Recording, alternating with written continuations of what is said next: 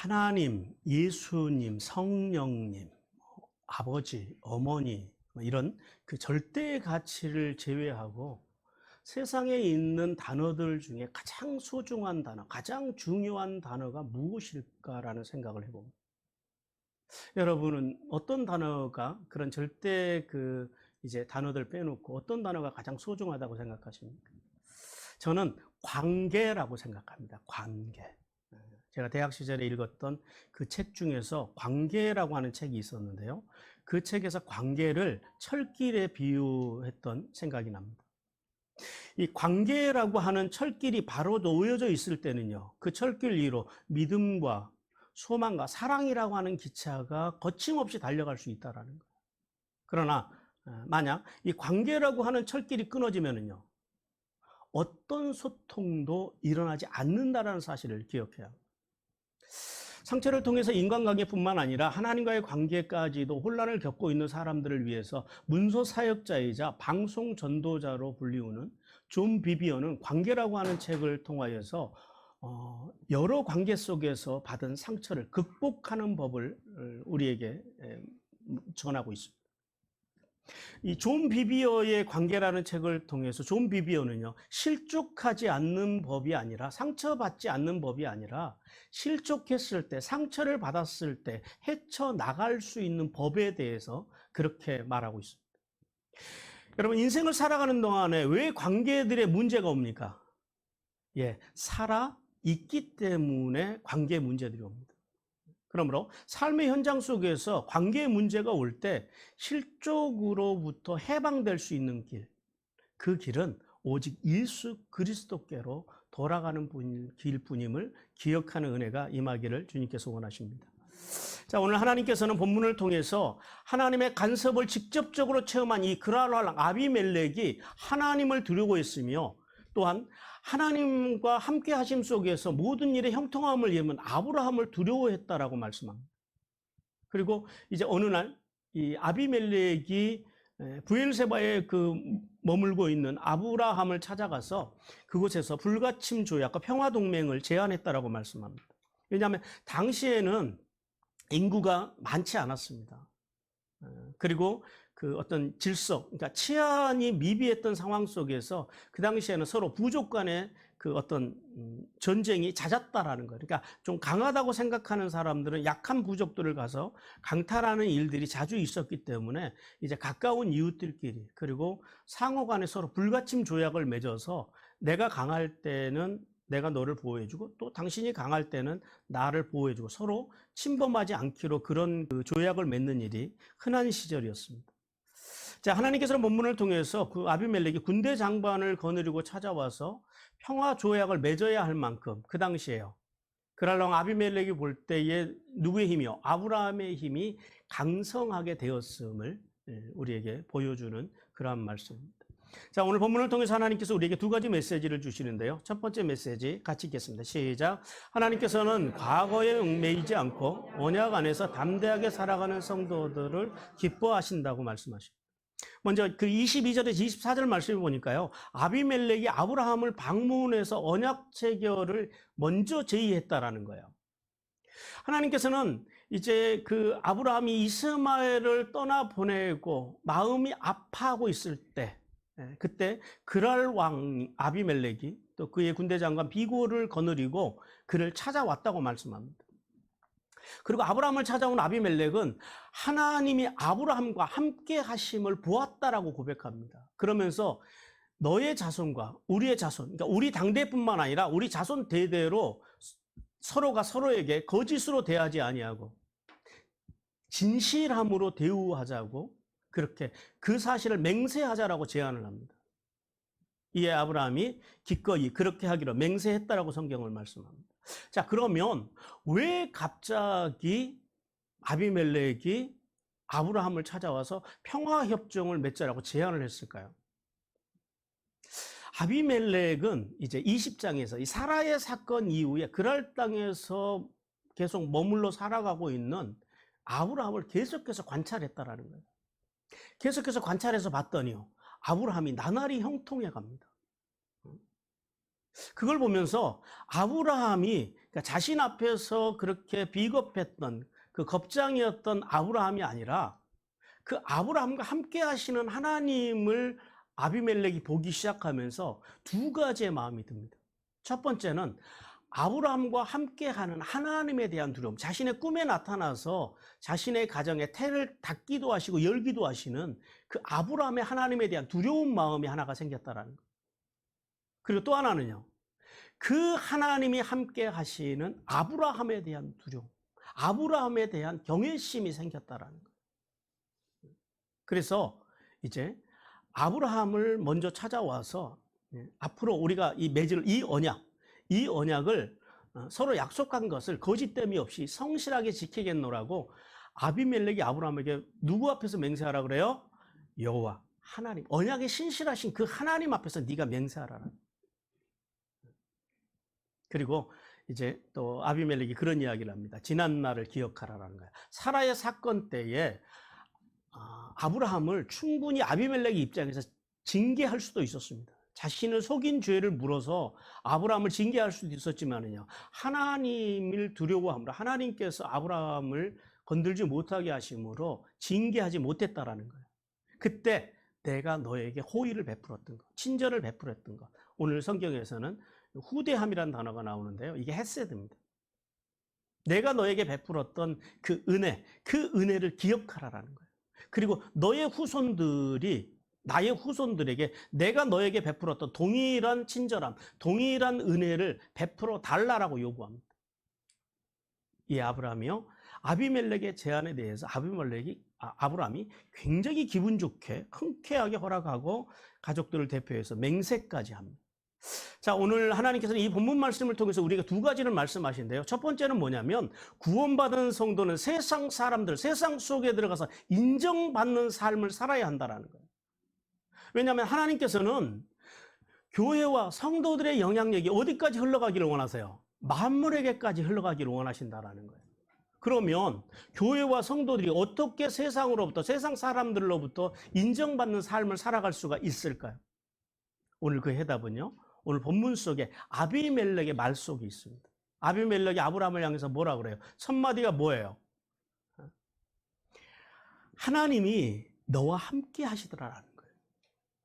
하나님이 아브라함과 함께 하심을 아비멜렉이 보았듯이 하나님이 우리와 함께 하심을 누가 봐야 돼요? 세상 사람들이 볼 수 있게 해야 된다라는 거예요. 보아야 된다라는 거예요. 우리 여호수아서 4장 14절 같이 읽겠습니다. 시작. 그날에 여호와께서 모든 이스라엘의 목전에서 여호수아를 크게 하심에 그가 생존한 날 동안에 백성이 그를 두려워하기를 모세를 두려워한 것 같이 하였더라 그럽니다. 자, 오늘 본문의 아브라함 어르신, 그 다음에 모세, 여호수아 어르신, 그분들이 왜 지금 하나님 이방 사람들과 이스라엘 백성들에게서 그들에게서 존경을 받고 그분들을 왜 두려워했느냐라는 거예요. 어떤 사람들이 이야기하는 것처럼 그분들이 세속적인 학력이 좋아서요, 돈이 많아서요, 권력이 많아서요, 아니다라는 거죠. 오늘 아브라함을 바라보는 아비멜렉, 그리고 모세와 여호수아를 바라보고 있는 이스라엘 백성, 그들이 지금 아브라함과 모세와 여호수아를 바라보면서 지금 뭘 바라보고 그들을 존중하고 그들을 두려워해요? 하나님이 함께 하시는 거. 오늘 여호수아서에서 그러잖아요. 여호수아를 크게 하심으로. 그리고 아비멜렉이 볼 때요, 하나님이 아브라함과 함께 하시기 때문에. 그러니까 하나님 때문에 하나님과 함께하는 사람, 이분들이 하나님의 말씀과 말씀의 정신대로 살기 위해서 발버둥 쳤을 때 하나님께서요, 그분들과 함께 하셨고, 그리고 그들을 세상 사람들 앞에서, 그리고 이스라엘 백성들 앞에서 인정받고 존경받게 했다는 사실을 우리는 기억해야 합니다. 그러므로 성도는요, 세상에서 인정받고 살아가는 삶의 자리가 어떤 만모니즘이나 번영신학이나 어떤 기복진앙처럼 이 땅에서 뭐를 많이 가져야지, 어떤 높은 지위에 올라가야지, 그것이 아니다라는 사실을 깨달아야 됩니다. 오직 죄 없으신 예수 그리스도의 말씀을요, 어떻게 해야 돼요? 믿고, 그리고 그 말씀을요, 존중하고, 또요, 그렇게 살기 위해서 뭐 해요? 발버둥 치고.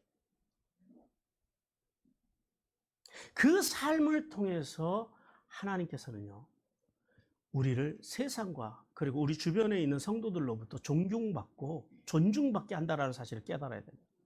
또한 하나님과 동행하는 사람들은 그리고 더 나아가서 이제 교회 안에서 이 아름다운 관계를 맺어야 한다는 사실을 깨달아야 돼요.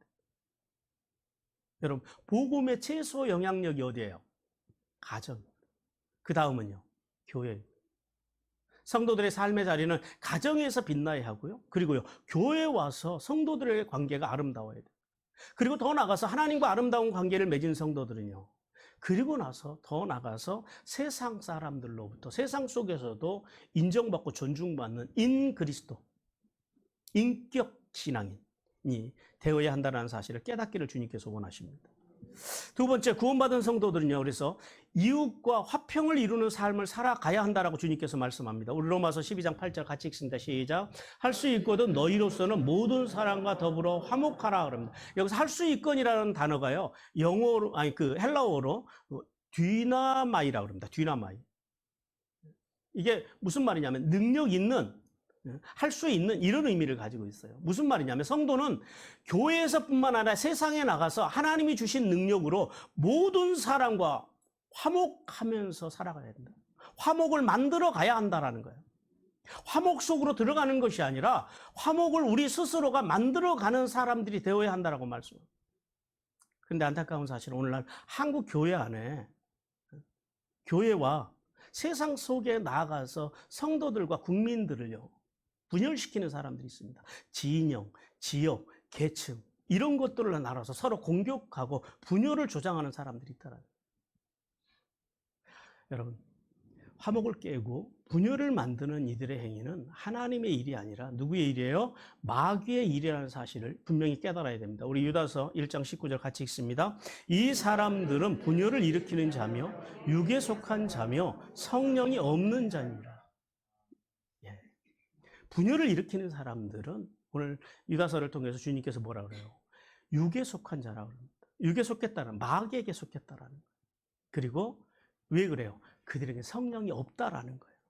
그러므로 구원받은 성도들은 화목을 이루라는 하나님의 명령을 따라서 인간적인 계산을 버리고 어떤 삶을 살아요? 돕고 세우고 살리는 예수님의 이 생명의 정신으로 분열이 아닌 뭐를요? 일치를, 그리고 싸움이 아닌 평화로운 세상을 만들기 위해서 적극적으로 헌신하며 살아감으로 하늘의 복과 땅의 복을 받는 성도들이 되기를 주님께서 원하십니다. 그리고 계속해서 25절과 26절을 통해서요, 이제 오늘 성경 보니까 아브라함이 아비멜렉을 책망했다라고 말씀합니다.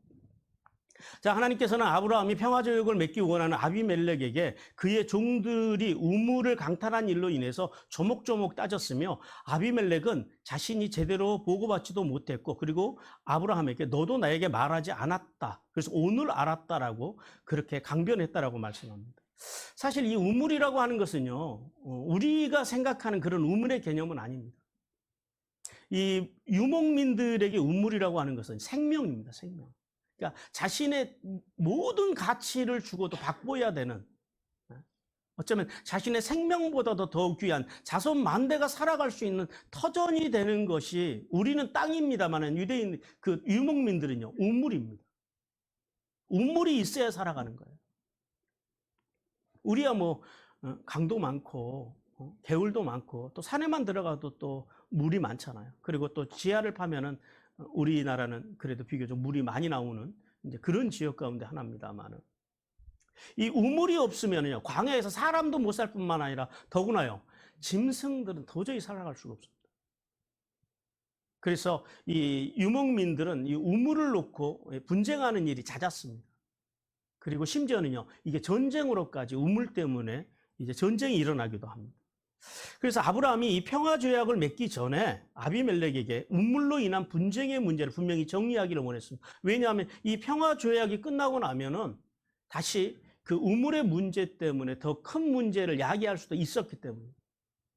그런데 오늘 이 지금 아비멜렉 앞에서 우물의 문제를 가지고 이제 조목조목 이야기하고 있는 그 아브라함의 모습.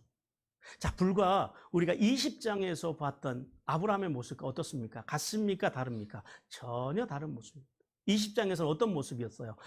그랄 사람들이 자기의 아내로 인해서 이제 할머니가 다 된 그런 사라지만은, 그럼에도 불구하고 사라로 인해서 자기의 목숨이 어떻게 될까봐 그게 무서워서 자기 아내까지 이용했던, 비겁했던 그 아브라함의 모습, 그리고 아비멜렉 앞에 가서 책망을 받았던 그런 이제 아브라함, 그런 아브라함의 모습이 오늘 본문에서는요, 되려 아비멜렉이 와서 지금 아비멜렉에게, 아브라함에게 뭘 청하고 있어요? 평화 조약을 되려 청하고 있다라는 거예요.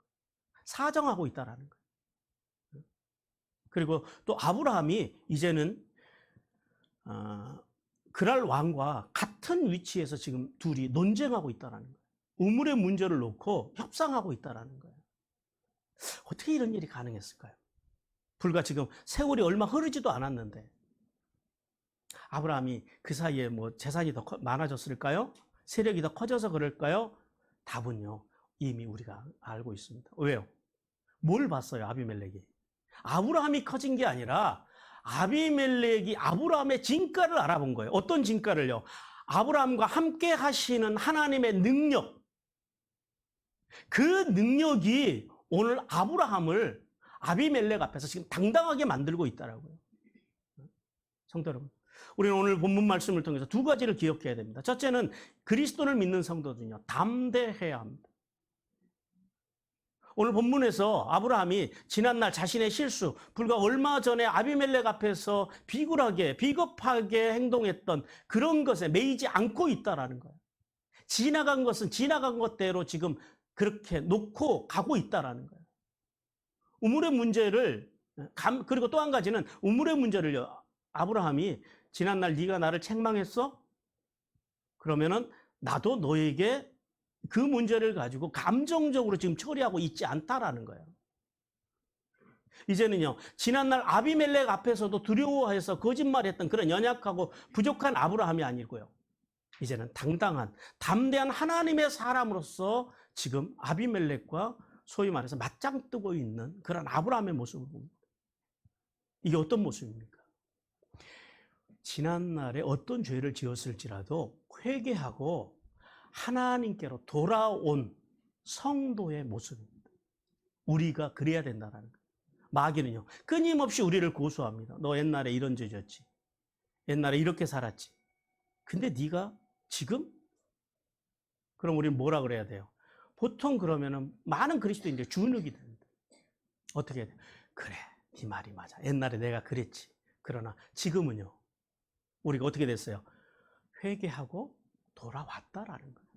돌아와서 하나님의 자녀, 온전한 하나님의 백성이 되었다라는 거예요. 그 당당함, 그 담대함을 가지라고 주님께서 우리에게 말씀하십니다. 이것이 슈브, 회개하고 돌아온 성도들의 삶의 자세입니다. 과거에 매이지 않는 삶, 그리고 오늘을 힘있게 살아가는 모습을 가져야 된다는 거예요. 그러므로 하나님께서는 예수 그리스도를 믿어 구원받은 성도들이요, 과거의 죄에 얽매이지 아니하고 담대히 세상의 불공정과 부정직과 불의한 문제에 대해서 말할 줄 알아야 한다는. 그리고 오늘 주님께서 우리에게 주시는 두 번째 메시지는 그겁니다. 그러나 사랑 안에서 말하고 사랑 안에서 행해야 된다는 거예요. 우리 에베소 4장 2절 3절 같이 읽습니다. 시작. 모든 겸손과 온유로 하고 오래 참음으로 사랑 가운데 서로 용납하고 평안에 매는 줄로 사랑 성령이 하나 되게 하신 것을 힘써 지키라. 그럼. 자, 성도의 언어는요, 담대해야 합니다. 성도의 마음은 담대해야 됩니다. 그러나 중요한 건 뭐예요? 마음을 상하지 않게 해야 된다는 거예요. 마음을 상하지 않게. 그래서 오늘 본문에서 뭐라 그래요? 에베소서에서는 사랑 안에서 말할 줄 아는, 이걸 뭐라 그래요? 인격 신앙이라고 그래요. 사랑 안에서 행하라라는 거예요. 오늘 우리 성경 개역 개정 성경에서는 아브라함이 아비멜렉을 책망했다라고 번역을 해놨어요. 근데 사실은 이 번역이 조금 좀 정확하진 않습니다. 물론 책망하다, 꾸짖다라고 하는 단어가 있습니다. 이게 히브리어로 야카흐라고 하는 단어인데요. 이게 어떤 의미가 있냐면은 논증하다라는 의미가 있습니다. 논증하다. 따라서 보세요. 지금 아브라함이 아무리 지금 자신을 찾아왔다 그래도 그 땅의 왕한테 왕을 책망할 수 있는 처지는 아니에요. 그는 나그네입니다. 식객입니다. 식객.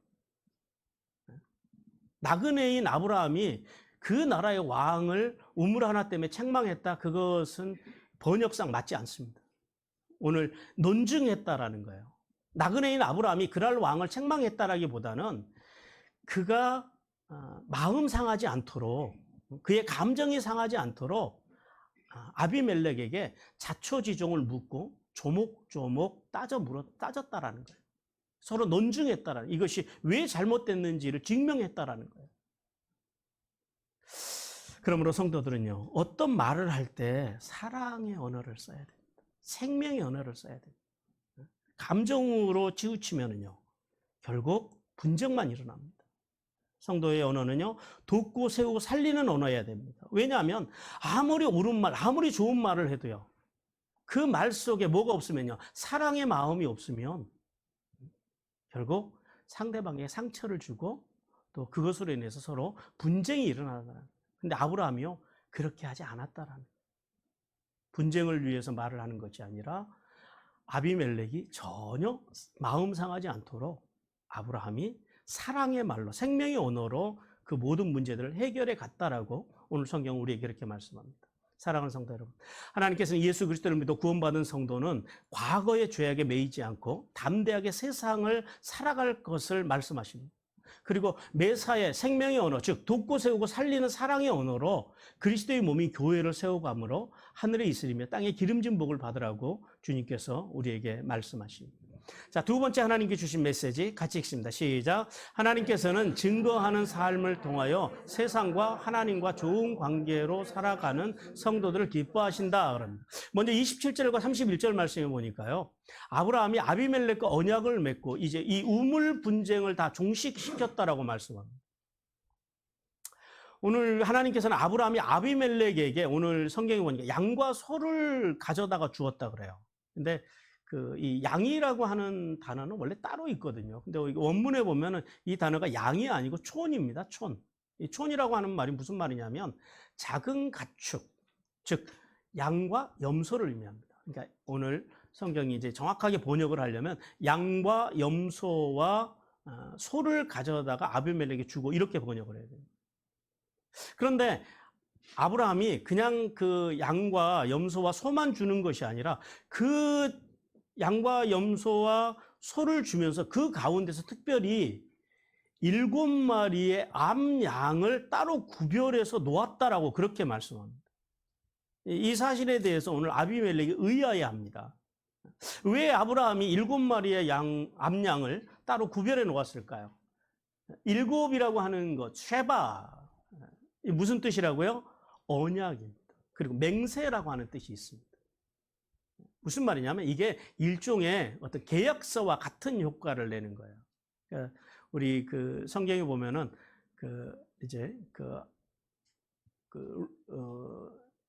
야곱의 삼촌 라반과 야곱이 도망가다가 삼촌에게 덜미를 잡히잖아요. 쫓아와서 그때 이렇게 돌무대기를 쌉니다. 서로 헤어지면서. 그게 뭐예요?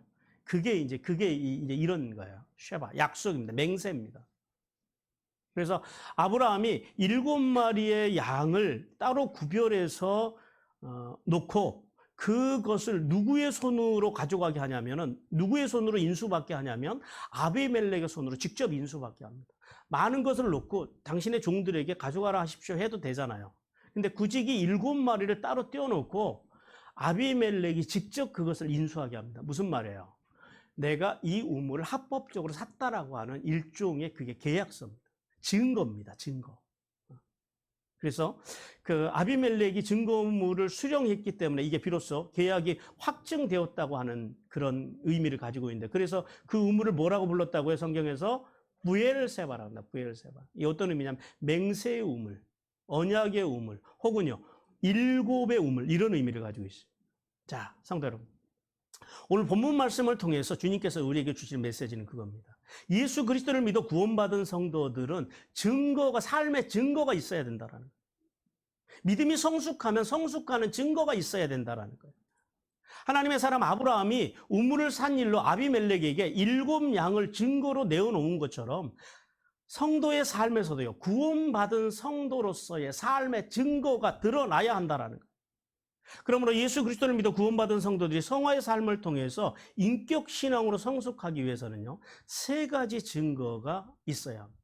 이제 이것을 우리는 믿음의 성숙이라고 하는데요. 첫 번째 증거는요, 피의 증거입니다. 우리 요한일서 5장 6절에서 8절 말씀 같이 읽습니다. 시작. 이는 물과 피로 임하신 이시니 곧 예수 그리스도시라. 물로만이 아니요 물과 피로 임하셨고 증언하는 일은 성령이시니 성령은 진리시라. 증언하는 이가 셋이니 성령과 물과 피라. 또한 이 셋은 합하여 하나니라 그럽니다. 이 피의 증거라고 하는 것은 어떤 의미냐면 십자가를 의미합니다. 예수님께서 십자가를 지시고 십자가에서요 우리의 모든 것을 다 가져가셨다라는, 신학적인 용어로 이것을 디바인 익스체인지, 신적 교환이 거기서 일어났다라는. 무슨 말이에요? 우리 안에 있는 영벌, 죄악, 가난, 질병, 고통, 근심, 걱정, 십자가에서 누가 다 가져가시고요? 주님께서 다 가져가시고 우리에게 영생, 부유함, 자유함, 그러니까 당신 안에 있는 뭔가 좋은 것을 십자가에서 우리에게 내어주셨다라는. 그러니까 십자가에서 마치 그 고물 장사가 우리가 고물을 갖다 주면은 맛있는 엿으로 아니면 또 번데기로 이렇게 바꿔주는 것처럼 하나님께서 우리 안에 있는 온갖 죄악의 쓰레기들은 주님께서 다 짊어지시고 가져가시고 당신 안에 있는 뭔가 좋은 것을 주셨다는, 이것이 십자가, 이것이 피의 증거예요.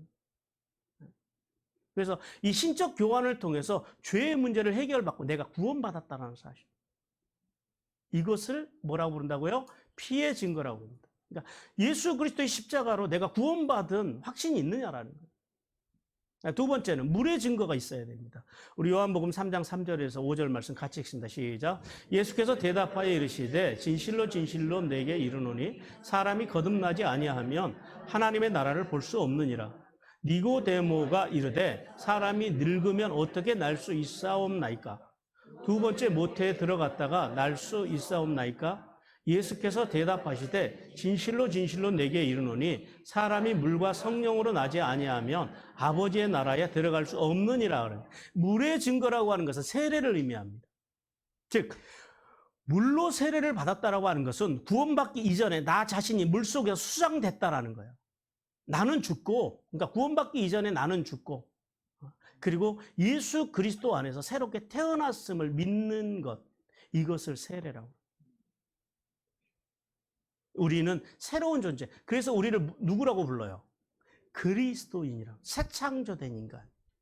예수 그리스도 안에서 과거의 죄악 속에 아담과 하와로부터 왔던 그 모든 죄의 문제가 예수 그리스도의 십자가를 믿음으로 다 해결이 되고, 그것은 이제 우린 죽고, 그리고 예수 그리스도를 통해서 내가 새롭게 거듭나 새로운 존재, 재창조된 그런 존재. 그리스도인이 되었다고 하는 것은 세례교인이 가진 특징입니다. 그러므로 물의 증거가 있는 성도들은요, 그래서 이제 더 이상 자신의 감정과 육성을 따라 살지 않습니다.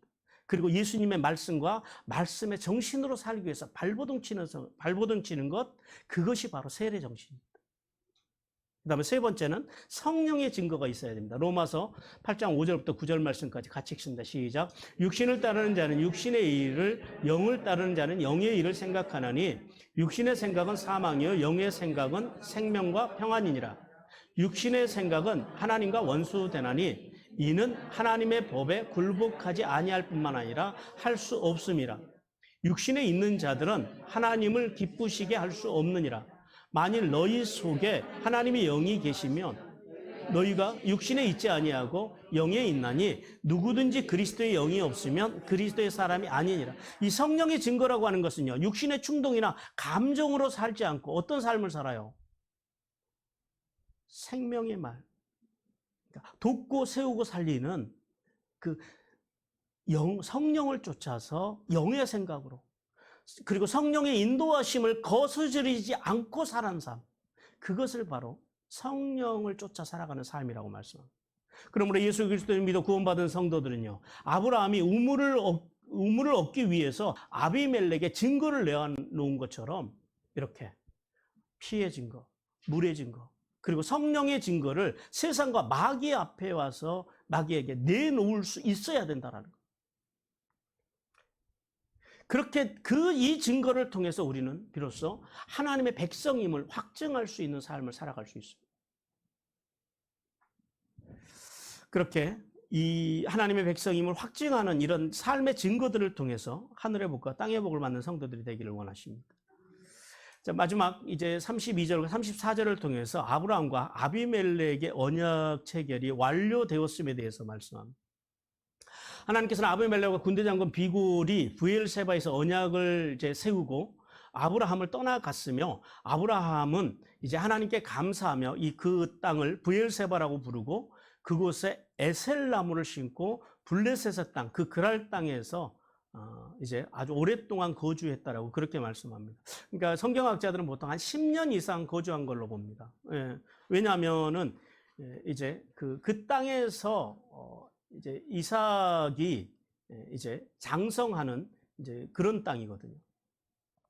그래서 이 브엘세바의 언약 후에 우물 곁에 심은 이 에셀나무라고 하는 것은 주로 이 시내 광야에서 서식하는 상록수입니다. 1년 내내 푸르른 그런 나무인데요. 이 나무가 사막의 모래 언덕이나 염분이 많은 지역, 특히 늪지대에서 잘 자랍니다. 그래서 그 땅이 척박하다 보니까요, 이 재질이 아주 단단합니다. 나무가 아주 단단합니다. 자, 아브라함이 에셀나무를 심은 것, 왜 심었을까요?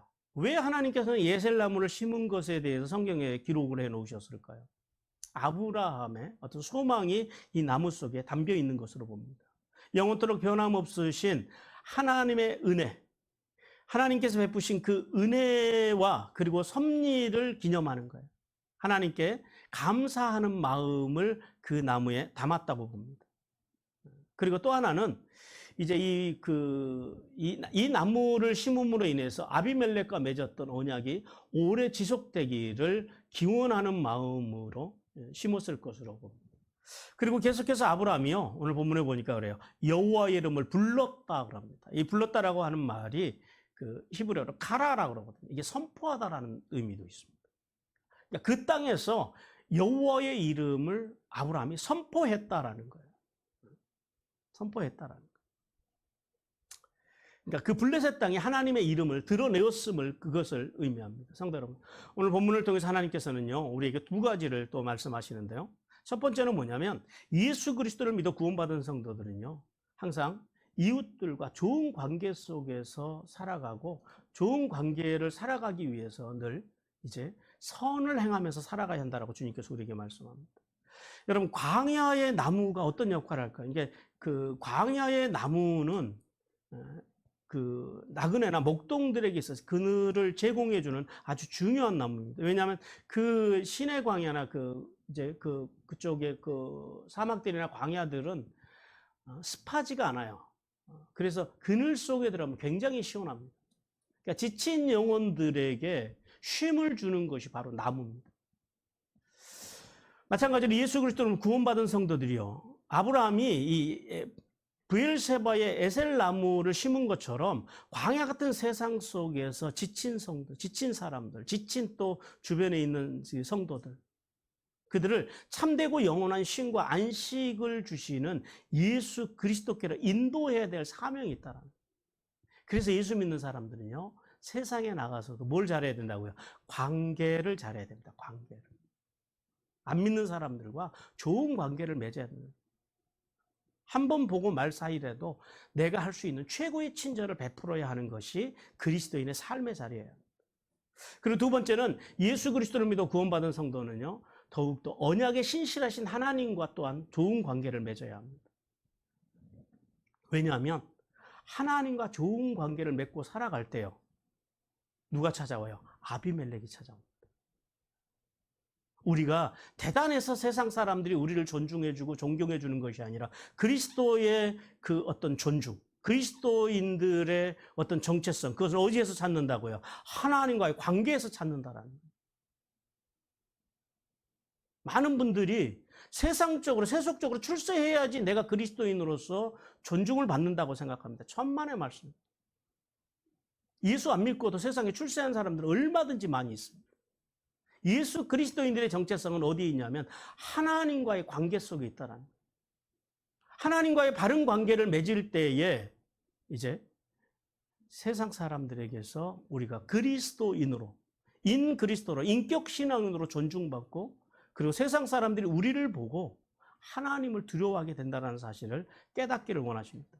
그러므로 하나님과 좋은 관계를 맺는 길이 어디에 있습니까? 말씀과 예배와 기도, 본질에 있습니다. 여기에 하나님과 바른 관계를 맺을 수 있는 길이 거기에 있다는 사실을 깨닫기를 원합니다. 그러므로 구원받은 성도들은요, 과거의 실패와 용서받은 죄에 더 이상 우리가 사로잡혀 살아가서는 안 됩니다. 그리고 주눅든 인생을 살아서는 안 됩니다. 우리를 위해서 십자가에서 피를 흘려주신, 그리고 3일 만에 부활하신 예수 그리스도를 믿고, 그 주님이 오늘도 우리의 인생의 주인이 되셨다는 사실을 믿고, 그분이 오늘도 우리를 견고하게 붙들고 계심을 믿고 아브라함처럼 담대하게 살아가기를 주님께서 원하십니다. 사랑하는 성도 여러분, 복음으로 오신 예수 그리스도 구원받은 성도들은요, 유월절에 어린 양의 피로 구원받고 무교절을 통하여 말씀을 양식으로 삶아서 성장해 가고, 또 소실절에서 내면의 변화를 경험하고, 그리고 오순절을 통해서 말씀과 기도로 충만해지고, 그리고 나팔절을 통해서 하나님이 주신 풍성함을 간직하는 삶을 통하여 이제 이웃들을 어디로 초청해요? 대속죄일로 초청하여서 초막절에서 그리스도의 몸을 이루어 나가기를 주님께서 원하십니다. 그것이 성도의 삶이어야 한다라고 말씀합니다. 그러므로 성도는 말씀과 예배와 기도로 성장해서 그리스도, 인격 신앙인으로서 하나님과 이웃과 올바른 관계를 통하여서 하나님의 기쁨이 되고 자랑이 되는 성도들이 되기를 주님께서 간절히 원하십니다.